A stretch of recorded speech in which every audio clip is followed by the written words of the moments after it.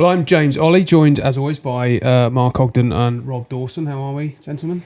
Good, thank you. Very good, very good. Great, that's the small talk out of the way. But you're sitting slightly closer to me because this week we welcome ESPN's Liverpool correspondent Beth Lindop into the studio for the first time. How are you? Yeah, good, thank you. Thank you very much for having me. Beth's joining us today because last Sunday marked a year to the day since, out of the blue, at 10:36 a.m. on a Friday morning in January, Liverpool posted an interview with Jurgen Klopp to their social accounts. Well, Jurgen, we're here because you have an important message to deliver to our supporters. Would you like to tell them what that is? Yeah, I have to. I will leave the club at the end of the season. Well, it's one of those moments where you remember where you were when you heard the news. Beth, where were you? How did you react when you found out? Yeah, so I was working for the Liverpool Echo at the time, so I was in the newsroom in the city centre, and it really was one of those sort of you remember where you were kind of moments. Everyone was just collectively just absolutely stunned. I think there'd been a slight inkling that there could be something happening on the Friday. I, at the time, was covering a lot of women's football, and the Liverpool women's press conference had been moved to the Saturday morning. That always took place on a Friday afternoon, so that was slightly odd. And Jurgen Klopp's press conference had been moved as well, so it sort of felt like maybe the club were teeing up for something to be announced, but it certainly didn't feel like it was going to be that. And yeah, there was just this real sense of bewilderment, really. And when we first saw the video, you know, before you'd heard what he said, you sort of thought he might be saying he was signing a contract extension, because at that point last season, Liverpool were doing so well in the Premier League, and it just sort of looked like, you know, having had a really disappointing season the season prior, that they were back on track, and Klopp had talked a lot about Liverpool 2.0, and he looked re-energized. So if anything, it felt like he might be looking to stay beyond his contract in 2026. So yeah, it was a real shock. And you know, I've spoken to a number of fans over the past few weeks writing this piece about the last year for Liverpool, and one that really stood out was someone said it was like a funeral almost. It was like a royal funeral, the way that the news was greeted by the media, and that sounds really extreme, but that's just sort of how seismic an announcement it was. Well, when there was a royal death, there's normally an enforced period of mourning. Did you gentlemen share that? I can remember at the time being on City were playing Tottenham in a FA Cup tie on the Friday night, so I was on a train from Manchester to London with a load of City fans. Obviously the Wi-Fi's kind of, or the data's going in and out, so people haven't really got signal, but one City fan kind of finds out because it's posted on Twitter, tells his mates, and there's this kind of air of disbelief around, particularly because it's City fans and they've had that, you know, long running battle with Liverpool and Jurgen Klopp anyway. And you could almost hear the news kind of filter all the way down the train. There was kind of like a little bit of stunned silence, and then cheers and laughing and stuff. And it was quite surreal to be among City fans on that day when the news broke, because it was such a shock. Obviously not working on the patch like Beth was at the time, that for those City fans, there was no inkling at all that anything was going to come. And then all of a sudden, this great rival who's kind of taken trophies and titles away from your City team, the guy that all these City fans think has been the kind of the instigator of all that, is suddenly leaving in a shock announcement. It was kind of this like massive moment for City fans and you know, for everyone on that train. And it was quite surreal to be in that environment at the time. Yes, I was on a day off, and that was shock. Thank you. And I was about to leave the house for a spin class. Believe it or not, I thought it's my Friday off. I'm going to do a spin class, and I got a message that he'd gone, and my phone started exploding. You know, when you get messages from people that at other clubs, and they're like, what's this all about? Because they're as in the dark as you are because it's Liverpool's announcement, and people want, is this right? What's going on? What's the reason behind it? And you don't know anything because it's just come out of Liverpool. But you don't have the inside track, because if you did, you'd have written the story before Liverpool announced it. But it was, it was obviously a massive announcement. And then my day off was out the window. I went to Liverpool's training ground at Kirkby to do the press conference. And yeah, it was, my initial reaction was, it was quite sad really, because, you know, Klopp was brilliant for the Premier League and for Liverpool. He kind of brought Liverpool back from, I won't say mediocrity, because they were still winning trophies, but he made Liverpool a major club again, a major player again, and he brought a character to it as well. And you know, but for him, the Man City would have steamrolled everybody. And his rivalry with Pep, although it wasn't as nasty as it got between Ferguson and Wenger, it was a real rivalry. So I think we probably all expected Pep to go first, didn't we? And the fact that Klopp went, it was like, wow, he just felt like he was Liverpool. And I think that, we'll get onto that in a minute, but the biggest tribute you can pay to Arne Slot is that a year after Klopp's gone, Liverpool isn't about Jurgen Klopp anymore. And then nobody's harping back to the Klopp era, whereas, you look at Man United 10, 12 years on, they're still talking about Sir Alex Ferguson. In a year, Arne Slot has taken Liverpool on, and it's a great tribute to him, but also you can't forget the impact that Klopp had. Beth, once the sort of initial shock of it subsided, how quickly, and I know obviously he spoke publicly, but how quickly did it sort of become clear the reasons behind it, the changes, the hierarchy, the shift in the club as a whole? How quickly did it become clear what the sort of full picture was behind the decision? Yeah, I think initially after that initial confusion had worn off, it did become quite clear. It did become clear that Jurgen Klopp's main motivation for leaving was that he was tired. That sort of it felt like it was quite hard to believe that initially, but then you sort of listen to him speak more and you think, well, actually, of course he's tired. I mean, as Mark said, he was in this fierce rivalry with Pep Guardiola and Manchester City for so many years, and I'm sure Arsenal fans can relate this season, the last couple of seasons, how tough it is to go up against that Manchester City side year after year after year. And I think it just took a little bit of a toll on him. And I think, the season before, as I said, Liverpool had a bit of a dip, and I think that weighed quite heavily on Klopp. There had been talk that, maybe he might go in the previous summer, and he didn't want to do that. And he admitted himself, that Liverpool's dip in form, any other manager probably would have been sacked, but he had enough credit in the bank with the owners that he knew that they wouldn't sack him. And so I think he always felt that when he left, it would have to be on his own terms. And for him, I think the team defied even his own expectations to get back to a level where they were competing for the league title again. And that really was what solidified it for him. I think he felt like he could leave the club in a place where a new manager could come in and could sort of pick up from where he'd left off. And I think that was the main reason. And I think then for the club's hierarchy, it was about sort of having a bit of a rethink of the way that they did things, prior to Klopp. And even in the first few years of his tenure, it was very much about the guys behind the scene and, being the smartest guys in the room kind of thing. Michael Edwards, as sporting director, had been incredible, had been responsible for a number of excellent signings at Liverpool.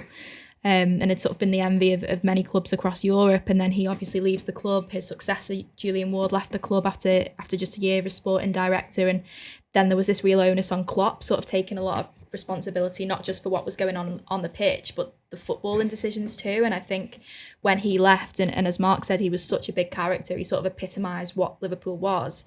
I think that the hierarchy then realised we need to revert back to this model that we know works so well. And so Michael Edwards came back in a different capacity, but still working for FSG. They bring Richard Hughes in from Bournemouth as sporting director. And I think now, the onus has very much shifted, where it is about the guys behind the scenes. And Arne Slot is the head coach, he's not the manager, and it's one of those things you think, does that really mean anything? A lot of clubs are doing that now, but I do think there is a definite shift in terms of how much responsibility Arne Slot takes on the footballing side of things as opposed to what Jurgen Klopp had. When he sort of said, "Oh, I'm tired and I need a break," and all that, you sort of, I don't know whether it's the cynic in me, you sort of start to think, yeah, well, that's not the real reason, is it? But then you look at him now, and he looks great, doesn't he? Looks 10 years younger, to be fair. The colours back in it. I mean, it reminds me exactly of what happened with Arsene Wenger when he left Arsenal. In that, Arsene was sort of sleeping at the training ground. He was just the situation had consumed him. He looked gaunt. He looked pale. He'd lost weight, and he didn't have any weight to lose to start with. And then I saw him about a year later at a private function, and he looked incredible. As you say, Wenger looked 10 years younger. He just looked like he'd had the holiday that he needed, and it's sort of the same with Klopp. It just seems to have been genuine, that there was an exhaustion there, that he just felt he couldn't commit his sort of mind, body, and soul to it anymore. The thing with Klopp, and I did a lot of Liverpool over the years, and the one thing about Klopp is that it was always very believable. I don't think there's any fakeness about Klopp. I think a lot of managers say something, you think, I'm not too sure about that. He's doing that for the orders, but Klopp, he was genuine, and I don't think he had such a bond with the fans as well. I don't think he would have put out I don't think he would have lied to the fans. I think he was honest in that respect. I think if he said he was tired and he looked it, I think you had to believe him. I think there was never any doubt in my mind that what he said, he meant. And I think, again, that was a tribute to his relationship. And that's why he was so successful, I think, with Liverpool, because he was straight. He was dead straight in what he said, what he wanted, and you could never doubt that. But I think it was interesting because the day I went to the press conference, it's dangerous how you can make assumptions in football, because when I went to the press conference that day, Liverpool was still on for a cup treble. I think they were in the they might have just qualified for the final of the Carabao Cup. They were still in the FA Cup, and everyone thought they were going to get the Europa League final. It was like, right, okay, Xabi Alonso is going to replace Klopp because Xabi Alonso played for Liverpool, he won the Champions League. Liverpool are going to play Leverkusen in the Europa League final. It's going to be a great send-up. And none of it happened because obviously Leverkusen got there, Liverpool were knocked out, and Xabi Alonso pretty quickly ruled himself out of the running. So the fact they ended up with Arne Slot, we have to remember that Arne Slot wasn't in anyone's mind at the start. And I think from Liverpool's perspective, we spoke to Billy Hogan, the CEO, at the press conference, and it was obvious there was a complete clean slate. Because at that point, I don't think Michael Edwards had even come back. So the people that were hired to bring the manager in weren't there. So the day that Klopp went, obviously he told Liverpool in November. So they'd known for 2 months. But there was no obvious succession plan in place. They were very kind of level-headed about it, very calm. The plan was to bring in Michael Edwards and Richard Hughes, leave them to find the next coach. And Alonso may never have even been in the running because the way that he played. I was told initially that the way he played wasn't really suited to Liverpool. But the emotional connection of Alonso was so big that he was the obvious front runner. And then he ruled himself out, and then Ruben Amorim emerged as well. And Amorim was, Liverpool spoke to Amorim, and it looked at one point he was the guy that was going to get the job. But then the West Ham link came about. He spoke to West Ham, and I think Liverpool by that point had decided that I'm not quite sure what this guy, for stylistic reasons and maybe his temperament reasons, and they moved on to Arne Slot very quietly. And I think we were all surprised when Arne Slot was named because nobody had any real knowledge of him. The last prominent Dutch coach to come from the Eredivisie was Erik ten Hag, who'd run the league with Ajax and wasn't very successful at Man United. So it looked like Liverpool were maybe making the same mistake as United, but to be fair, different character, different everything. And Tottenham looked at him. Tottenham looked at him before Postecoglou. And did he turn Tottenham down though, Slot? I think they looked at Ten Hag as well, didn't they, Tottenham? And Ten Hag's personality wasn't deemed to be the right fit for Tottenham or the Premier League, and they'll probably prove right. But I think Arne Slot didn't actually get rejected by Spurs. He turned them down, which was a big move if you're managing Feyenoord and rejecting a big club like that to come to the Premier League. I actually thought it was really brave of Liverpool and how they went about that whole appointment, because there's a tendency when you're appointing a manager to go with the brand new shiny thing who's come from a different league, who hasn't been flawed or tarnished by failure. We're seeing that now with Amorim at Man United. And that it would have been very easy to go out and pick someone like that, but instead they went for fit. And I've said on the pod before that at this level, there are no bad players and managers. It's all about fit. A player comes into a club and performs well, it's because the fit is right. And it's the same with a manager. And obviously, Beth will know more, but in your piece, you talk about how they were data-driven, weren't they, with the way that they looked at Slot. And it probably wasn't a particular popular choice at the time, particularly because of what was happening with Ten Hag at the same time. Two guys coming from the Dutch league, bald. People look at him and go, you sort of go, and they hadn't even won the Dutch league last year. United picked the best Dutch coach, and look what was happening to it. At the time, Ten Hag was going through a proper bad run. So Liverpool fans were obviously thinking, well, hang on a minute, if he's the second best guy to this guy, like what are we getting? But Liverpool, in fairness, went for fit, knowing probably at the time that it probably wasn't going to be particularly popular right out the gate, but backed their decision and backed their data and backed Slot, and at the moment it's obviously paying off. Yeah, I think Roy Keane actually summed it up, summed up the feeling at that time on the Stick to Football podcast. He got asked about Slot being appointed, and he said, it's not exciting, is it? And I think that was sort of the overwhelming feeling. I think Alonso was the exciting option because of the romantic links to Liverpool. Obviously, he was doing such a great job at Leverkusen. It just sort of felt like a foregone conclusion that he'd come to Liverpool if they asked him. And then Amorim was doing so well at Sporting and sort of looked the part, I guess, which I think counts for a lot, even though it probably shouldn't. And so I think Slot, by contrast, it was like, who is this guy? People hadn't really watched a lot of Feyenoord play, and he just didn't seem like the same sort of character that. Replacing Jurgen Klopp, you're not just replacing his ability tactically, you're replacing someone who is so incredibly charismatic, who has sort of carried the hopes of this club on his shoulders for 8 years. And so you sort of expect someone else to come in with a real sort of big personality, and it sort of at the time Slot didn't feel like that. And I think what we've seen over the course of this season is actually, I think Arne Slot is incredibly charismatic in a very different way. He's a lot cooler, a lot more composed. But when he speaks, people listen, and I think if you're going to be an elite football manager, that's what you need. And also as well, he's had this success. He didn't sign a single player in the summer. He signed Chiesa, and that was a last minute squad filler. And we know that Chiesa's not really contributed this season, but to take on that job and not add to the squad is an incredible. What he's done since is incredible. There were similarities to Moyes, weren't there? That Moyes first summer at United, where the same kind of situation, transfer window was a disaster. and it just unravelled from that point. And I think people at the end of that transfer window, weren't they looking at thinking, well, this is very, very similar to what happened with Moyes. You've not been allowed to bring your own players, and you've got to work with what you've got. And sat here right now, it's gone better than anyone could have hoped for. Well, I mean, we often talk about managers being backed in the market, but Beth, I mean, obviously the rebuild, or a lot of the rebuild, have been done by Klopp in that final season. In terms of the transition from Klopp to Slot, how significant a moment do you think it was when he chanted Arne Slot's name on the pitch at Anfield? Yeah, I actually think it was really significant. I think it was just trademark Jurgen Klopp, wasn't it? You can't really imagine any other manager doing that sort of thing. But again, sort of having spoken to a few different fans over the last few weeks, a few people have said the same thing, that really sort of solidified in their opinion that the club had made the right decision, because Jurgen Klopp is the messiah in Liverpool, and so if he puts his backing behind someone, people will go along with it. And I think Arne Slot has even referenced earlier in the season in a press conference that helped sort of having that vote of confidence from Klopp. But I think it's completely right what the guys have said in terms of, I think Klopp deserves an enormous amount of credit for stepping away when he did. I think it would have been so easy for him to see out the rest of his contract, but he obviously just didn't feel like he had the energy to do that anymore. He didn't feel like he had the desire or the compulsion to do that anymore. And I think stepping away but leaving the squad in such a healthy place has really paved the way for what Arne Slot has done this season. And that's not doing him a disservice, because what Arne Slot has done is remarkable. But I think you go back to that summer transfer window in 2023, and under Jurgen Klopp, they bring in Ryan Gravenberch, they bring in Alexis McAllister, they bring in Dominic Szoboszlai, they bring in Wataru Endo. All four of those players, to varying degrees, but have had a massive part to play under Arne Slot. And obviously Slot, let's talk about Slot then and what he's changed, because tactically the sort of simplistic version is, well, he's dropped Gravenberch in alongside McAllister, slightly changed the midfield, and that's it. Mm-hmm. Maybe not ask the fullbacks to push on as much as they do, and there's a little bit more control in the games.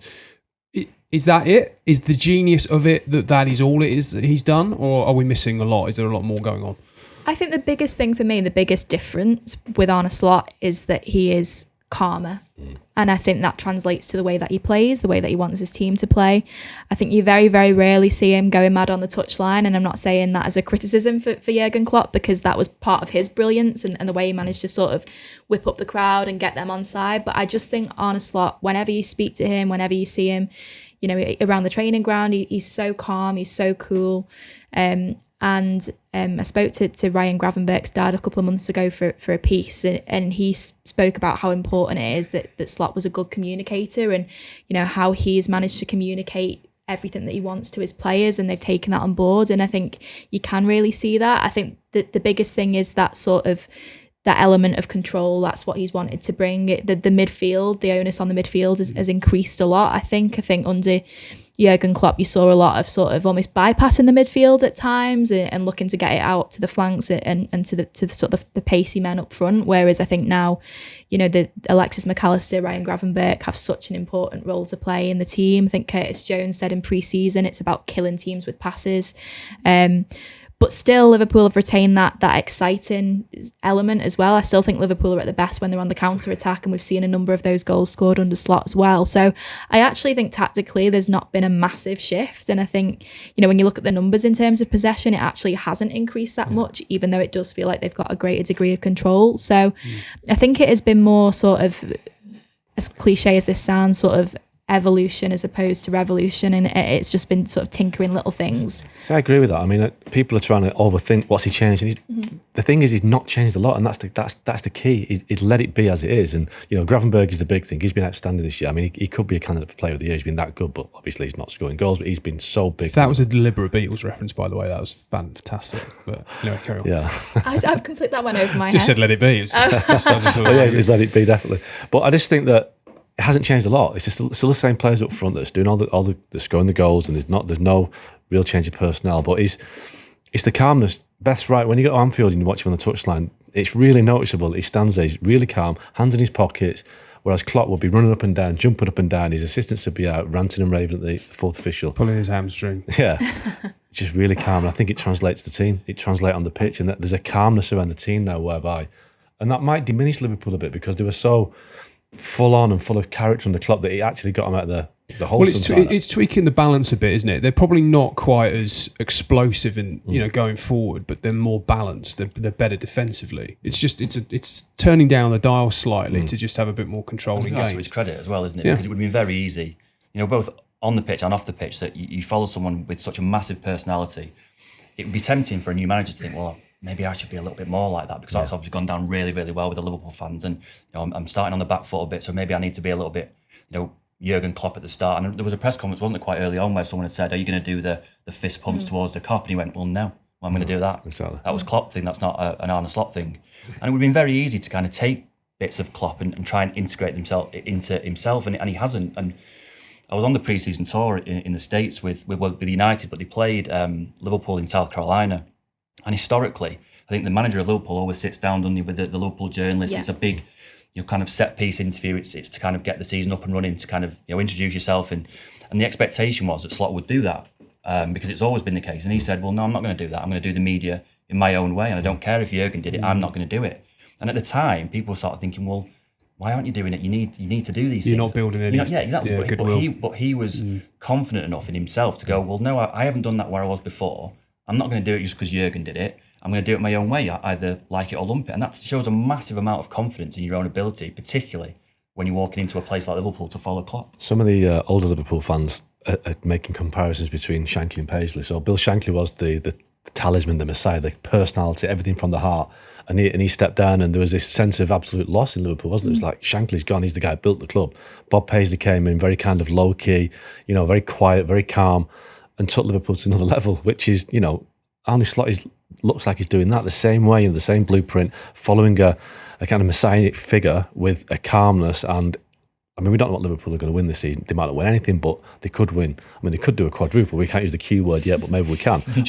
Yeah, exactly. But they are, you expect them to win the league maybe. They could win a lot of trophies this year, and all of a sudden eclipse what Jurgen Klopp did in 9 great years. What's he been like? I mean, and we've all been in press conferences with him, but obviously, Beth, you've been far more than the rest of us.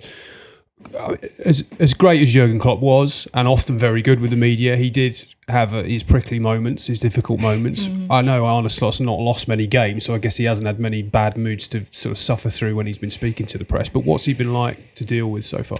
Yeah, he's been a pleasure to deal with, to be honest, so far. And I think there is a big part of that things have been going so well, and there will come a point, whether it be this season, next season, a few seasons down the line, where Liverpool probably come unstuck a little bit, and he comes in for some real pressure, and then you will see maybe a little bit of a shift, as you do with all managers. But I do think that he is a very calm, level-headed kind of guy, and I think, in a completely different way to Jurgen. As I said, I think he is still quite charismatic, and when he speaks, I think he said at a press conference earlier in the season, and I remember me and a few of sort of my colleagues from the patch were just sort of looked at each other and were really impressed, because he said with sort of the utmost sincerity, like, we don't do mediocrity here. And like, it was just so clear. It wasn't sort of cocky. It wasn't arrogant. It was just, you can tell that he's driving the standards at the training ground. And yeah, he's been great to deal with. He's a great communicator, I think.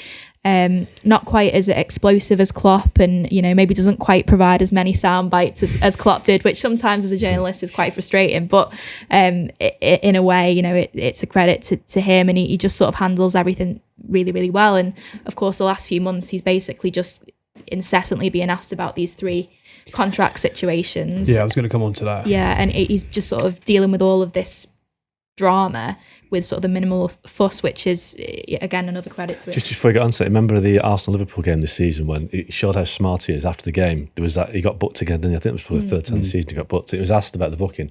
I thought it was really clever in the way that he kind of said that I was booked for having to go at the referee for the decision, but I was actually telling Ibra Konate that decision was an effing joke, and he said Arsenal players are diving again, and he said I was telling Konate that I wasn't saying it to the linesman, but he clearly was saying it to the linesman, but he was trying to hide it by this. So he got his message across by saying he was telling his defender, and it's in his second language, and it's in a new country for the first time. He's speaking to English media. I thought it was really smart. He knows how to use the media, not as like say he's off the cuff as Klopp, but it's more. It was planned. It was kind of premeditated. That's clever. That to know how to use the right moment to say something to get a message across. But sorry, you were saying about the 3. Well, in terms of getting messages across, obviously, as Beth, as you say, he's getting asked all the time, understandably, about Mohamed Salah, Trent Alexander-Arnold, Virgil van Dijk, all out of contract in the season. How involved do you think Slot actually is in that process? Or is he speaking from a degree of separation that he can say, look, this is between the players, the representatives and the board. I'm not involved. I want them to stay. And he likes that? Or do you think is he involved and does he want to be more involved?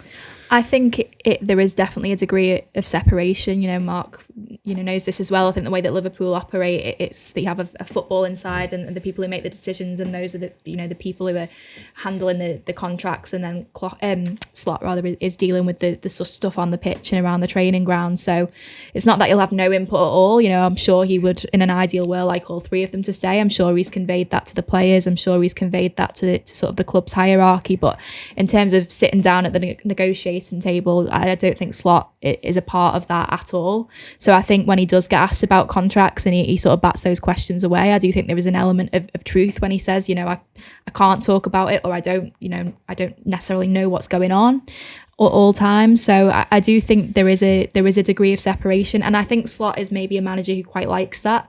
I think you feel like Jurgen Klopp would have been a lot more involved in that, would maybe have been a lot more vocal. Well, given that, I mean, we've talked a lot about the transition and how good it's been. Is there a degree of responsibility for that Jurgen Klopp should hold here, that these three, or one, two, if not all of them, were not tied down earlier before now? That actually we're talking about the inheritance that Slot has had, that either Klopp or the board or together they should have resolved at least one of these situations before now. Yeah, before he left. I think that's the one criticism that you can level at Klopp, is that situation wasn't resolved or partly resolved before he left. But I don't think that's something that can rest solely on his shoulders. I think when sort of even before Klopp left, there was a little bit of a vacuum of power at the club. Julian Ward had left as sporting director. Obviously, Michael Edwards wasn't there. They brought in Jurgen Schmadtke as an interim, and he was only ever going to be an interim. So for him, sort of getting involved in those long-term sort of negotiations, it wasn't really a thing, and I think that did leave a little bit of a vacuum of power. And then as soon as the announcement comes out from Klopp, so at that point the players would have had 18 months remaining on the contract, which is difficult for them. Yeah, and it's maybe when you would expect players to start. 2 years, 18 months, I suppose, is when you'd expect players to start signing new contracts. So I think at that point, as soon as that announcement's made, the players are well within the rights to say, hang on, we want to see the club's direction of travel under whoever it is that comes in. I think the surprise has been that it's still going on. I think, I certainly felt, I know a lot of people felt that by January, we'd have a clear idea one way or the other of which way the wind was blowing. I think, there is a sense that Mo Salah and Virgil van Dijk are only really listening to Liverpool at this moment in time, whereas obviously we know about the interest from Real Madrid and Trent Alexander-Arnold. But spoke to Virgil after the Lille game in midweek, and he got asked about his contract again, and he sort of laughed it off, but he said, I have no idea. When I know, you guys will know. And it did genuinely feel like that, and we all sort of looked at each other a bit bewildered, like, if he doesn't know at this point, surely it's a little bit concerning. I think the one you can pin on Klopp is probably Trent, because he's the one that he was the one that what is now 26, Trent, so he'd have been 24 when he was at that 2-year out stage, and Klopp didn't know he was going there, and he would have had the conversations, and I should have had the conversation with the people upstairs saying, look, we need to get Trent nailed down.